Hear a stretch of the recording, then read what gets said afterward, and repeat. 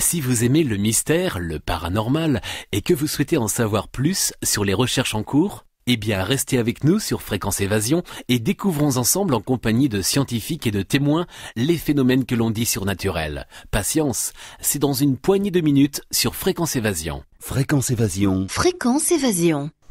Dans quelques instants, la clé du mystère sur Fréquence Évasion, nous serons en compagnie de Sylvie Ouellet et nous allons parler de son livre « Après la mort, qu'est-ce qui vous attend » aux éditions Le Dauphin. C'est tout de suite sur Fréquence Évasion.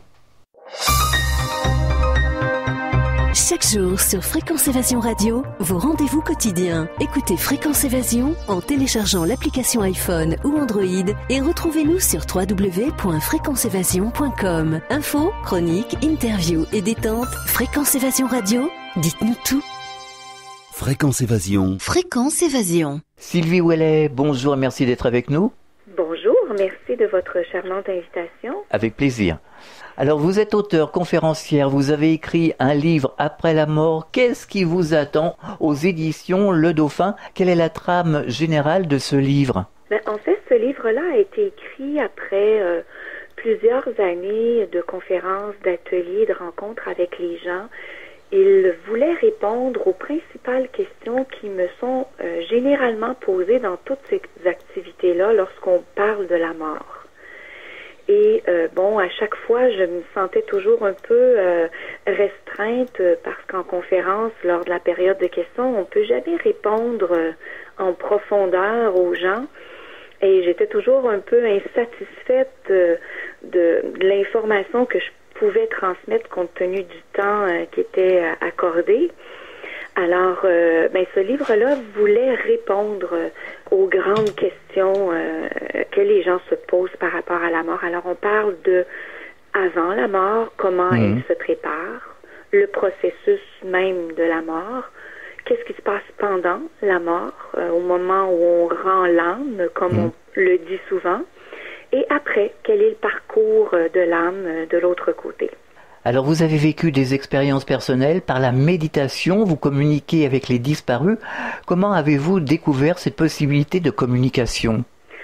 Je vous dirais, ça a été pour moi une grande surprise parce que jusqu'à l'âge de 35 ans environ, j'ai toujours eu la certitude que j'avais aucune capacité de communication subtile.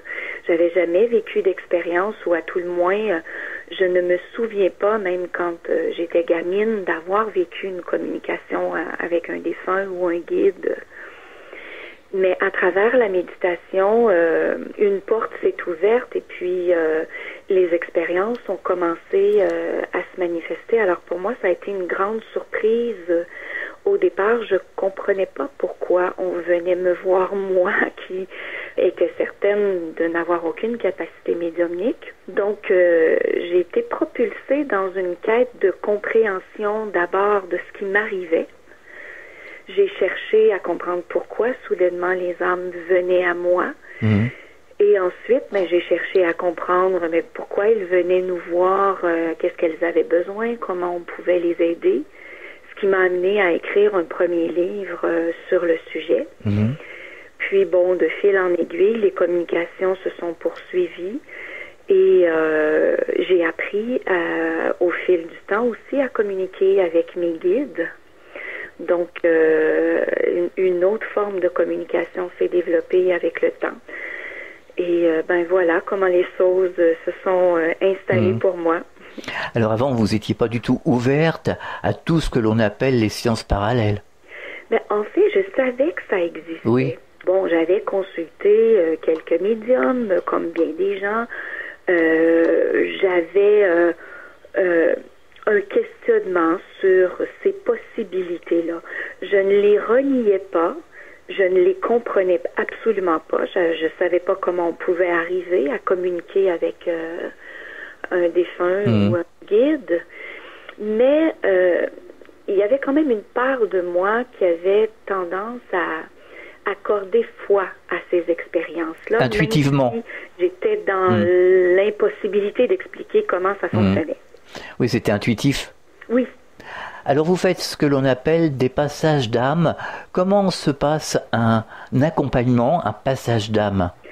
C'est une excellente question à laquelle il est extrêmement difficile de répondre parce que chaque accompagnement est différent.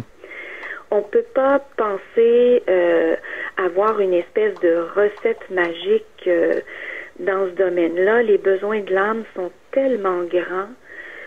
Souvent, quand on me pose cette question-là, je la compare à qu'est-ce qui se passe avec les êtres humains. Est-ce qu'on pourrait dire, moi, quand j'aide les êtres humains, je fais toujours ceci. Mais c'est pas possible de dire ça parce que chaque être humain étant différent, au moment où on aide un être humain, mais à chaque fois, les gestes ou les paroles qu'on va exprimer vont être différents. Maintenant, il y a quand même des éléments communs dans chacun des accompagnements. Je vous dirais que pour moi, la première clé qui m'importe, c'est de me placer à l'écoute de cette âme-là et de voir comment je peux l'aider, qu'est-ce qu'elle attend de moi.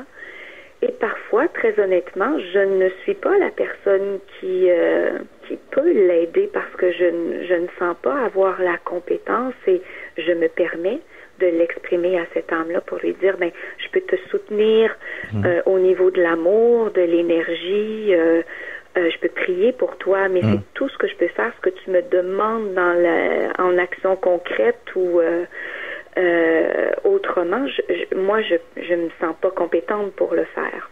J'ai appris avec le temps à rester bien à l'écoute de ce que je sens être capable de faire et juste pour elle et pour moi également parce que je pense que là où on est le plus aidant, que ce soit avec les êtres humains ou avec les énergies subtiles, c'est quand l'action, elle est bien alignée sur soi. Alors selon vous, d'après votre expérience, est-ce que ces passages se passent en général, d'une manière générale, très bien, ou il y a quelques difficultés? Écoutez, comme dans la vie de tous les jours, parce que la mort, c'est pas différent de la vie de tous les jours. Ce qui fait qu'on va bien vivre l'expérience au quotidien, bien, premièrement, c'est la conscience qu'on a de ce qui est en train de se dérouler dans le quotidien. C'est aussi l'acceptation de ce qui est en train de se dérouler. C'est la même chose au niveau de la mort. Alors, effectivement, lorsque une personne traverse de l'autre côté, c'est pas toujours l'image magique qu'on s'en fait. La personne est décédée et hop, dans l'instant suivant, elle est complètement apaisée, bien et rendue à la lumière. Premièrement, il faut comprendre que la mort, c'est un processus. Donc, qui dit processus, dit nombreuses étapes. Alors, oui, la lumière, elle existe et elle est accessible pour toutes les âmes. Mais ce n'est pas la mort qui procure cet état lumineux à l'intérieur de soi, c'est plutôt le processus qui existe à travers le passage de la mort et processus qu'on doit conscientiser et qu'on doit accepter pour arriver à ces états lumineux-là. D'où l'importance, si on revient à la question de l'accompagnement de l'âme, c'est de bien savoir quels sont les besoins de l'âme dans ce processus-là pour demeurer à son écoute et voir comment on peut lui tendre la main et l'assister dans les étapes de ce processus. Alors, tout à l'heure, vous parliez de l'avant-vie. Pour l'incarnation, finalement, il doit y avoir aussi un cheminement, un processus à respecter, je suppose. Oui. Dans les observations que j'ai faites jusqu'à ce jour, je me rends compte, je précise que mes observations, je les prends pas comme étant des vérités absolues, mais comme étant des vérités vérifiables, autant pour moi que pour les gens qui écoutent. C'est-à-dire que pour moi, la compréhension de la vie, c'est aussi un processus et on est tous en cheminement dans ce processus-là. Donc, on modifie notre perception des choses, notre compréhension au fur et à mesure qu'on avance. Donc, ce que je réalise jusqu'à ce jour, c'est que la naissance et la mort sont exactement identiques dans le processus, parce qu'elles font partie de la vie et que la vie n'a pas des règles différentes pour l'incarnation, pour la naissance, pour la mort. Ce sont toutes les mêmes règles. Donc oui, le passage de la naissance se prépare exactement comme le passage de la mort aussi se prépare. Et l'idée derrière la préparation, c'est justement de mieux vivre ces passages-là, d'être le plus possible en conscience pour que quand on arrive, que ce soit sur la Terre ou de l'autre côté, ben, on ait un coffre d'outils bien garni dont on soit capable de se servir durant le voyage qu'on s'apprête à faire. Alors, certains expérimentateurs de NDE me disaient à ce micro, finalement la mort c'est pas la mort, c'est une naissance. Est-ce que vous êtes d'accord avec ce terme? Ben, tout à fait, parce que ce qu'on perçoit dans notre société matérialiste comme étant la mort, c'est associé à une fin. Oui. Donc, il n'y a plus rien après, et ou bien s'il y a quelque chose après, c'est associé comme des choses complètement distinctes de ce qu'on a été ou de ce qu'on a commencé. Pour moi, un processus d'incarnation, il dure sur plusieurs incarnations et c'est une continuité derrière tous ces passages-là. Alors, on est pour continuer ce qu'on a déjà commencé avant. On va vivre sur la Terre pour continuer encore là ce qui a été commencé. Et on va mourir encore là pour continuer ce qui vient d'être complété sur la Terre. Donc, oui, quand on naît ou quand on meurt, on peut comparer le passage à une naissance parce que ce qui se produit dans ces deux passages-là, c'est qu'on se transforme. Oui. Et pour moi, autant la naissance que la mort, si on pouvait les résumer à un seul mot, ce serait celui-là, transformation. On accepte de changer d'état pour aller expérimenter quelque chose à un autre niveau de conscience. Donc, la naissance nous amène à changer de niveau de conscience pour accéder au niveau de conscience de dualité, et la mort nous ramène vers un niveau de conscience un peu plus unifié. Alors, vous avez la chance de pouvoir justement communiquer avec les disparus. Comment ça se passe? Quelle technique employez-vous? Bon, tout le monde est plus ou moins médium à la base, mais chacun a quelque part sa technique. Oui, effectivement. Tout le monde, dans ma conception des choses, tout le monde a cette capacité-là d'entrer en communication, que ce soit avec sa propre âme ou avec d'autres âmes. Pour ma part, la grande majorité des communications que je vis avec les défunts se passe quand je suis en état méditatif. Donc, je ne cherche rien. Je ne peux pas prétendre d'avoir une technique particulière autre que de me rendre disponible dans un espace méditatif. Et ce sont les défunts qui viennent à moi. Donc, je ne fais pas, moi, de consultation pour communiquer avec les défunts parce que j'ai toujours eu la sensation que ceux qui ont à passer par moi vont le faire à travers l'espace méditatif et que j'ai pas besoin de faire de consultation. En fait, c'est pas une question de besoin, je devrais plutôt dire, je ressens pas que c'est ma voie de faire de la consultation à ce niveau-là. Mais je respecte fondamentalement et j'admire même ceux qui le font parce que c'est tout un défi de rencontrer les gens pour ça. Moi, je me sens un peu privilégiée. Je suis seule dans ma bulle. Le défunt vient me voir, me transmet son message et après coup, je rencontre les gens. Donc, c'est beaucoup plus confortable et je dirais sécurisant de faire le travail de cette manière-là que d'avoir la personne à qui le message doit être donné devant soi. Alors comment cette communication se fait? Est-ce que c'est auditif? Vous les entendez? Est-ce que vous voyez des images? Est-ce que vous les voyez comme certains? Oui. Quand je suis en espace méditatif, moi je n'entends pas, je ne suis pas clairvoyante. Je ressens les défunts. Donc, je communique communique avec eux par voie télépathique. Il n'y a donc pas de mots dans mes oreilles qui sont prononcés. Par contre, je reçois énormément d'images, que ce soit des images du défunt qui se présentent à moi, ou d'objets que le défunt juge important de transmettre à ses proches. Alors donc, il y a une portion qui est en lien avec le ressenti, il y a aussi une portion en lien avec les images. Il m'arrive aussi de contacter des défunts ou de recevoir des messages en dehors des espaces méditatifs. Par exemple, je pourrais être en consultation avec une personne qui ne vient pas pour avoir un message, elle vient pour me rencontrer pour une autre fin. Et au moment où on est en train de parler, je peux aussi recevoir ce genre d'image-là ou sentir la présence d'un défunt et sentir que j'ai à transmettre une information. Quels sont les principaux messages que veulent transmettre les disparus? Eh oui, ça c'est une question intéressante. Moi, je les résume à quelques grandes catégories.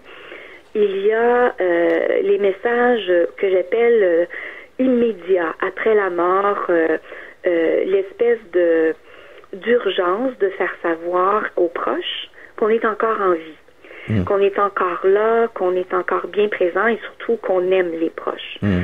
D'ailleurs, il y a des études qui sont faites auprès des personnes endeuillées où on réalise qu'énormément de personnes reçoivent un signe d'un proche, mais dans les premières heures de son décès. Ça, c'est très, très fréquent. Ouais. Et moi aussi, je l'observe depuis une quinzaine d'années que je fais ce travail-là. J'ai beaucoup de témoignages de gens qui disent dans la nuit, par exemple, du décès, ils vont avoir senti la présence de l'être cher. Donc, première grande catégorie, ce besoin-là de faire sentir aux proches qu'on est encore en vie et qu'on les aime et que tout va bien pour nous. Deuxième grande catégorie, besoin d'aide pour traverser. Donc, on réalise pas que ce passage-là peut être source d'angoisse. On comprend qu'on a peur de la mort, mais c'est comme si cette peur-là s'arrête au moment où on rend le dernier souffle, puis après, tout va bien. Mais pour certaines âmes en transition, cette angoisse de la mort continue et elles vont donc avoir besoin d'aide dans ce mouvement transitoire-là, soit réellement pendant le passage, qu'on leur tienne la main. Vous savez, vous parliez tout à l'heure de personnes qui ont vécu une expérience de mort imminente. Bon, on va souvent raconter cette sensation d'avoir traversé un tunnel. Mais moi, j'ai vécu à plusieurs reprises des êtres en transition qui sont venus me chercher au moment de vivre cette transition-là pour que je les accompagne. C'est le seul besoin qu'ils avaient. Ils voulaient pas transmettre de message, mais ils voulaient que je sois en présence avec eux pendant la traversée. Donc, ce besoin-là d'accompagnement, soit dans le moment de la traversée ou même dans les premiers jours.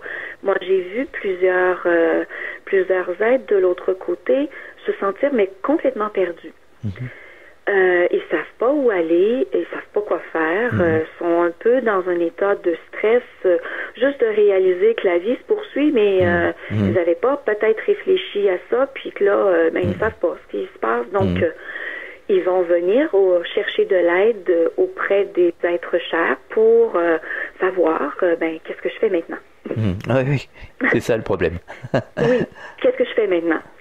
Troisième grande catégorie, bien évidemment, le besoin de remettre un message plus élaboré que dans les premiers moments. Là. Donc, soit de faire savoir que ça va bien, soit de faire savoir qu'on a besoin d'aide, soit aussi de faire savoir à un proche que quelqu'un d'autre dans l'entourage peut avoir besoin d'aide.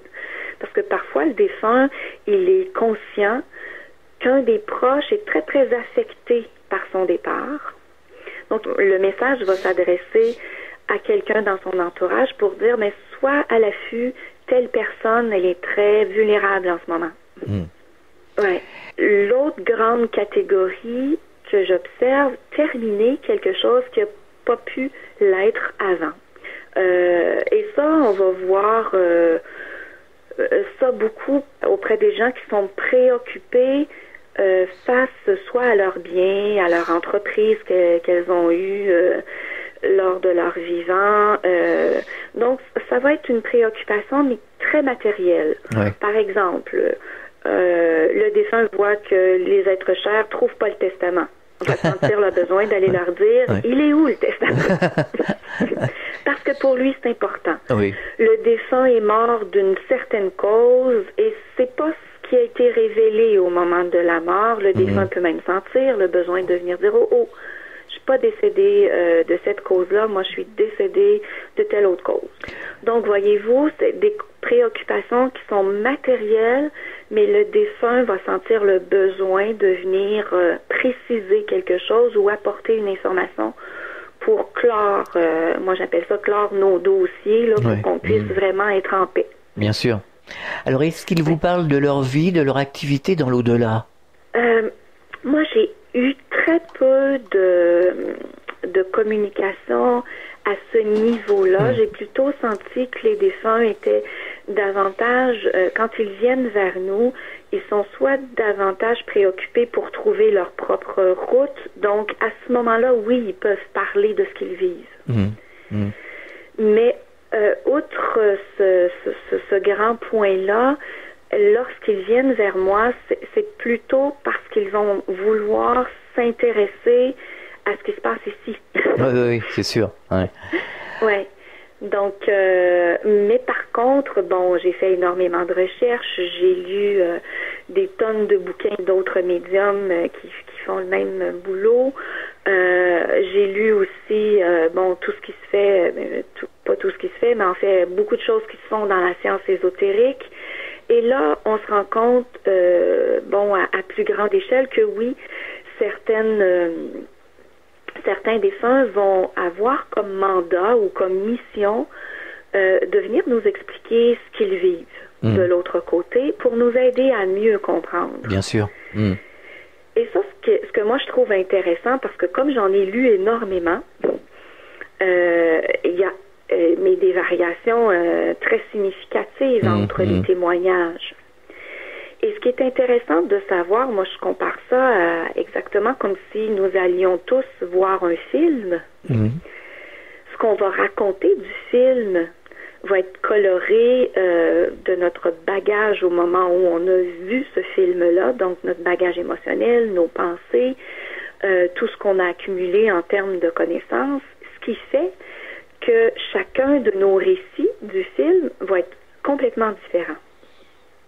C'est vrai. Alors, ça devient très, très difficile d'illustrer ce qui se passe de l'autre côté, puisque les seules narrations qu'on en a proviennent d'individus qui nous parlent de leur réalité, mais qui n'est pas la réalité avec un grand R. Il y a plusieurs possibilités, finalement.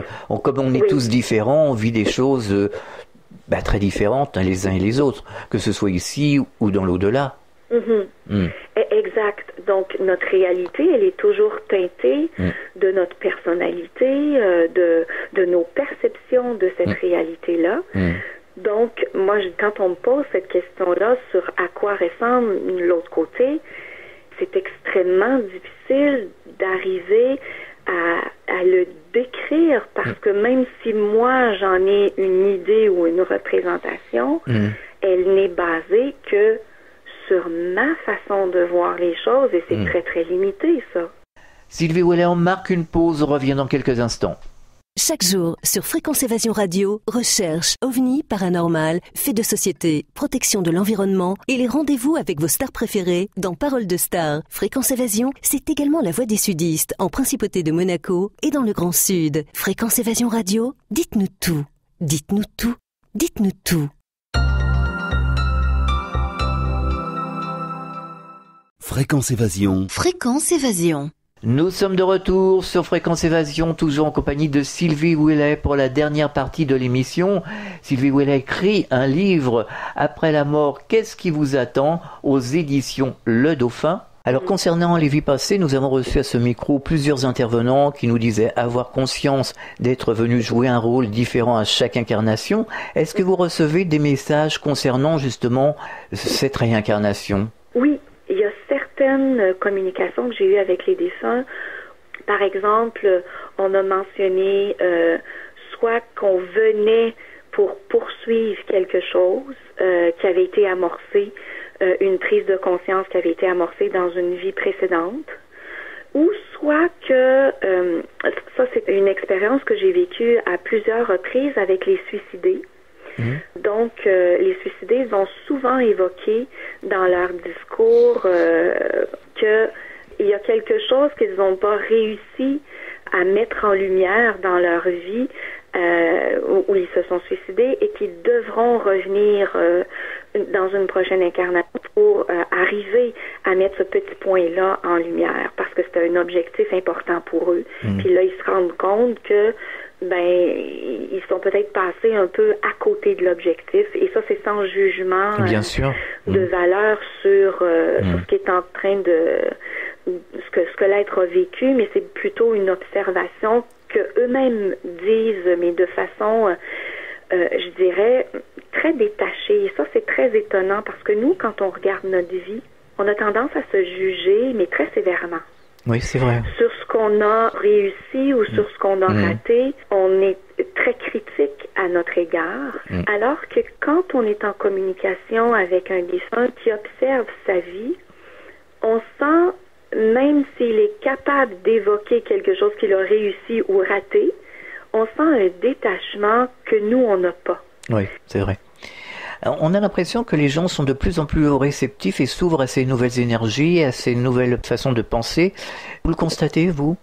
Oui, en fait, je le constate parce que je rencontre des gens depuis une quinzaine d'années maintenant. Et je vois déjà dans la manière de poser les questions. Je dirais que souvent, ce sont les mêmes questions. Oui. Mais elles sont posées d'une façon beaucoup plus profonde, beaucoup plus réfléchie. Ce qu'on veut savoir maintenant, c'est beaucoup plus profond que ce qu'on voulait savoir il y a 15 ans par rapport à la même question. Exemple, si une personne me demande, oui, j'ai un défunt qui est décédé, je veux savoir ce qui lui est arrivé. Mais il y a 15 ans, moi, j'avais plutôt l'impression que la personne voulait davantage se faire rassurer sur le parcours de son proche, qui est très humain et honorable comme regard. Mais aujourd'hui, je sens vraiment que la personne, elle veut, oui, être rassurée. Oui, absolument. Elle veut comprendre. Bien sûr. Ce qui va être vécu dans le passage. D'ailleurs, on est rassuré que si on comprend. Oui, voilà. Oui. Et ça, c'est important ce que vous venez de mentionner là, parce que il y a beaucoup de gens, par exemple, qui vont aller voir un médium pour avoir un message d'un défunt, justement dans un but de se rassurer. Et on s'aperçoit dans leur histoire, quand on est proche d'eux, que ce sentiment de certitude qu'ils cherchent par rapport au défunt ne sera acquis justement que lorsqu'ils auront compris. C'est ça. Tant qu'ils seront juste dans l'écoute des paroles du médium sans avoir une démarche envers eux et une démarche dans la compréhension du passage de la mort, cette certitude-là ne s'installe pas. Parce qu'on constate que les gens sont complètement perdus, les religions, toutes confondues, n'ont pas répondu à leurs questions. Au contraire, ça a plutôt fait l'effet inverse, ça les a embrouillés dans leur tête. Maintenant, ils sont vraiment à la recherche, comment ça fonctionne, comment ça marche, qui je suis, où je vais. Voilà. C'est ça qu'on entend tous les jours, aujourd'hui. Oui, et c'est pas une démarche qui devrait être complexe, parce que les réponses qu'on cherche, elles sont toutes en nous. Et donc, la première étape qu'on devrait faire, c'est se tourner vers soi, pour commencer à être à l'écoute de soi. Mais maintenant, dans notre société, on n'a pas appris cette démarche-là d'aller vers soi. Même au contraire, ce n'est même pas reconnu. Ce qui vient de nous la première chose qu'on va nous demander quand on lance quelque chose qui vient de nous, mais où est-ce que tu as pris ça? C'est vrai. Et si ça vient de soi, ben c'est pas cru. C'est sûr. L'extérieur ne donnera pas de validité à cette information-là. Donc, logiquement parlant, quand on est dans une quête de sens de la vie et de sens de soi, la première démarche qu'on va faire, c'est d'aller vers l'extérieur, de chercher le livre, la conférence, le cours, l'atelier qui va être capable de m'aider à y accéder. Ce qui est une démarche qui peut être juste si elle ramène à soi. Mais trop souvent, les gens vont utiliser ces informations-là et les garder au niveau rationnel. Donc aujourd'hui, moi, ce que j'observe justement dans les conférences, c'est que les gens sont beaucoup plus connaissants des phénomènes. Ouais. Mais c'est difficile, hein. C'est difficile de se retrouver. D'ailleurs, on fait une démarche pour se retrouver soi-même, hein, dans cette société un petit peu, voilà. Hein. Et c'est pas facile parce qu'on a perdu le mode d'emploi finalement, quelque part. Oui, mais ce qui est paradoxal, c'est que le mode d'emploi, on le cherche à l'extérieur alors qu'il est à l'intérieur. Et que, ben, finalement, on est toujours dans ce cercle-là de chercher à l'extérieur le mode d'emploi sans réellement s'accorder la possibilité d'aller voir à l'intérieur de soi. Et moi, c'est ce que j'essaie de faire depuis une quinzaine d'années avec les gens dans les formations que j'offre et aussi dans les livres, de dire aux gens, mais ces réponses-là, elles sont en vous. Donc, c'est pas mes réponses qui sont importantes. C'est bien davantage l'élan ou la petite étincelle que cette réponse-là va faire pour vous amener vers vous. Oui, mais ça doit passer par une prise de conscience avant tout. Oui, mais cette prise de conscience-là, elle se fait en contact avec soi. Donc, il faut, à un moment donné, arrêter de consommer vers l'extérieur et s'accorder des temps que moi j'appelle d'observation et de silence. C'est nécessaire. On ne peut pas arriver à se retrouver soi si on est constamment en contact qu'avec l'extérieur. C'est vrai. Alors, vous donnez des conférences? Oui, depuis une quinzaine d'années, j'offre des conférences sur les différents passages, la naissance, la mort, mais aussi des conférences qui nous parlent des choix qu'on peut faire durant l'incarnation pour mieux vivre toutes les petites naissances et les petites morts qu'on vit au quotidien. Parce que des occasions d'entrer en contact avec soi, on en a 1001 à chaque jour. Oui, c'est vrai. Sauf que, c'est ça que je disais tout à l'heure, on n'a pas appris à se tourner vers soi. On n'a pas appris à saisir ces petites occasions-là. Et on cherche trop souvent la grande occasion qui va nous ramener vers nous, mais souvent, c'est que par des petites choses qu'on y arrive. C'est sûr. Comment réagissent-ils les gens dans les conférences? Mais très, très bien. Je vous dirais, je reviens aux toutes premières conférences que j'ai faites. Moi, je suis notaire de formation. Et les premières conférences, je dois avouer que j'avais une grande trouille d'aborder ces sujets-là parce que je croyais justement que les gens allaient mal réagir, allaient être plutôt dans la confrontation de recevoir ces informations-là qui, nous amènent dans une réflexion différente sur la vie. Et j'ai toujours été agréablement surprise de voir que les gens accueillent ces propos-là, mais d'une façon très agréable. C'est paisible et même, je vous dirais, avec la sortie de mon dernier livre l'an dernier qui s'appelle « Mourir l'âme en paix », je fais une conférence et les gens vont souvent avoir le commentaire en sortant, et ils ressortent avec le grand sourire, et le commentaire est le suivant: on pensait pas venir à une soirée sur la mort et ressortir, mais tout énergisé et emballé comme ça. En fait, c'est pas une soirée sur la mort, c'est une soirée sur la vie finalement, parce qu'il y a que la vie, il y a que la vie. C'est ça. Mais même si on parlait réellement de la mort, la mort, ça n'a rien de morbide. Non, c'est vrai. C'est la perception qu'on en a dans notre société, mais quand on regarde réellement ce qu'elle est, ça n'a rien de morbide. Et ça aussi, c'est un commentaire que j'ai parfois des gens qui viennent me voir aux pauses dans les conférences ou dans les ateliers. Ils me disent mais ça doit être pénible de parler de ça toute la journée.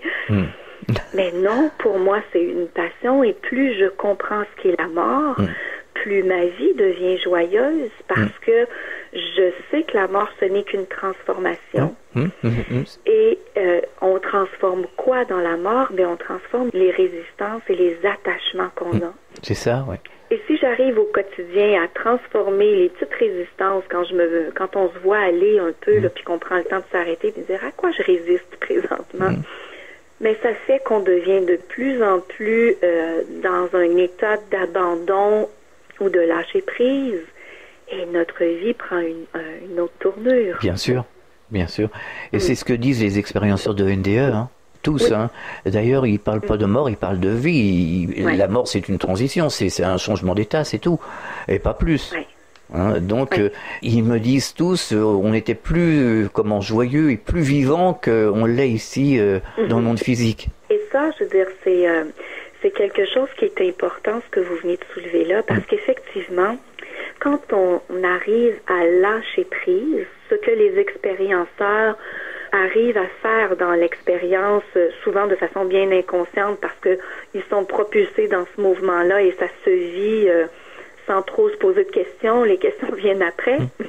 Donc, dans cet état d'abandon-là, il y a effectivement une joie profonde d'exister. C'est vrai. Et c'est ce qu'on vient expérimenter à l'heure actuelle. Je suis justement en train d'écrire sur le sujet. Oui. C'est ce qu'on vient expérimenter, de renouer avec cette joie d'exister, d'être, peu importe ce qui est en train d'arriver en dehors de notre être. Et l'objectif, c'est de renouer avec notre essence profonde et de laisser le flot de la vie couler à travers nous. Tout à fait. Est-ce que vous avez des projets? Ah, j'en ai plein de projets. C'est pas ce qui manque. Oui, c'est sûr, je retournerai en Europe pour 2 mois, donner donc une série de conférences et d'ateliers. C'est un des projets sur la table. Je suis en train de préparer. Je suis en train d'écrire, comme je venais de le dire, je vais écrire sur la mission de vie. Essayer d'amener des clés de compréhension justement de ce qu'on vient expérimenter sur la Terre, parce que cette fameuse mission de vie-là, on la cherche encore une fois à l'extérieur de soi. C'est sûr. Oui. À partir du moment où on comprend mieux c'est quoi l'objectif de l'incarnation, qu'est-ce qu'on vient chercher ici sur la Terre, on peut aligner notre vie autrement et là réellement sentir qu'on est dans notre mission de vie. Est-ce que vous auriez un message adressé aux auditeurs? Si on reste justement dans ce thème de mission de vie-là, oui, pour moi, toute la base de mon travail vise justement à essayer de dire aux gens à quel point c'est important d'apprendre à s'arrêter, c'est vrai. d'apprendre à se contacter. Tout ce qu'on cherche est là. Puis parfois, on se complexifie la vie tellement inutilement à essayer de trouver des solutions qui nous servent même pas finalement. Mais quand on prend le temps de s'intérioriser, les réponses arrivent, mais d'une justesse incroyable. Et moi, je le vois dans les ateliers sur la communication que je donne aux gens depuis quelques années. Les gens vont souvent dire « Ah, mais c'est si simple que ça! » On pensait que c'était compliqué. Non, c'est très simple. Mais le plus compliqué, c'est d'accorder foi aux informations qu'on reçoit. Alors justement, en 2 minutes, comment s'intérioriser? Comment on fait? Alors, quelqu'un qui court dans tous les sens, qui ne l'a jamais fait, du jour au lendemain, on va lui dire il faut t'intérioriser. Bon, il va être un peu... Voilà. Donc, comment faire? Oui, mais c'est une grande question à laquelle j'ai essayé de répondre dans un tout petit livre qui va s'appeler « Rendez-vous au cœur de l'être ». Donc, où j'essaie d'amener les gens par des petits textes avec des questions, avec des exercices, justement à intégrer une discipline d'intériorisation. Mais si on veut aller au plus simple pour répondre à cette question-là, moi je dis souvent aux gens qui suivent mes formations, prenez le temps de contacter les 3 niveaux de langage à l'intérieur de vous. Commencez juste par ça. Vous vous arrêtez là, puis observez ce qui se passe dans votre corps. Qu'est-ce que je ressens dans le moment présent? Est-ce que j'ai des tensions? Est-ce que j'ai des douleurs? Est-ce que je sens que mon corps est détendu ou au contraire, je sens que ça coince quelque part? Déjà là, je commence à m'écouter. Ensuite, si tout va bien dans mon corps physique, mais comment je me sens dans mes émotions? Quelle est l'émotion qui m'habite dans le moment présent? Est-ce que je suis triste? Est-ce que je suis anxieuse? Est-ce que je suis joyeuse? Est-ce que ça, je continue l'écoute de moi. Et enfin, si tout va bien, autant dans le corps que dans les émotions, ben là, je commence à écouter qu'est-ce qui me préoccupe dans mes pensées.